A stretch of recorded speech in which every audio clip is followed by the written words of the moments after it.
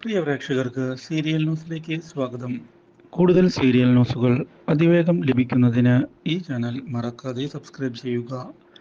Bell icon click ചെയ്യാൻ മറക്കരുത്. Do like, share and subscribe.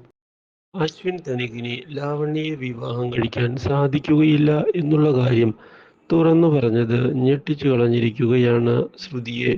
ഇതേ തുടർന്ന് അശ്വിൻ തൻ്റെ തീരുമാനത്തിൽ താൻ ഉറച്ചു നിൽക്കുകയാണ് എന്ന് പറയുകയും ചെയ്യുന്നു. ലാവണ്യയുടെ വീട്ടുകാർ ഇതേ തുടർന്ന് നാണം കെട്ടിരിക്കുകയാണ്.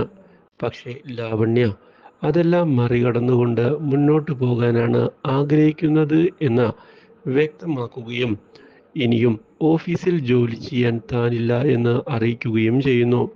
തൽക്കാലത്തേക്ക് മറ്റൊരിടത്തേക്ക് പോവുകയാണ് എന്നും മാത്രവുമല്ല, തന്നെ സഹായിച്ച ശ്രുതി എന്നും തൻ്റെ സഹോദരിയെ പോലെ ആയിരിക്കും എന്നുള്ള ഉറപ്പ് നൽകുകയും ചെയ്തിരിക്കുകയാണ്.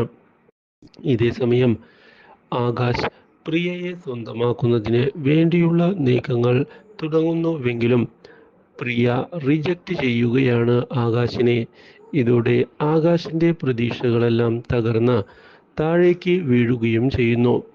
ശ്രുതിയില്ലാതെ ഇനി കാര്യങ്ങൾ നടക്കുകയില്ല എന്ന് ഒടുവിൽ തിരിച്ചറിയുകയാണ് ആകാശ്.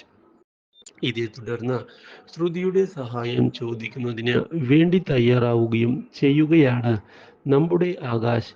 ഇതേ സമയം ഈ കാര്യങ്ങൾ അറിയുന്നത് അഞ്ജലിയെ ആകെ ഞെട്ടിച്ച് കളയുകയും ചെയ്യുന്നു.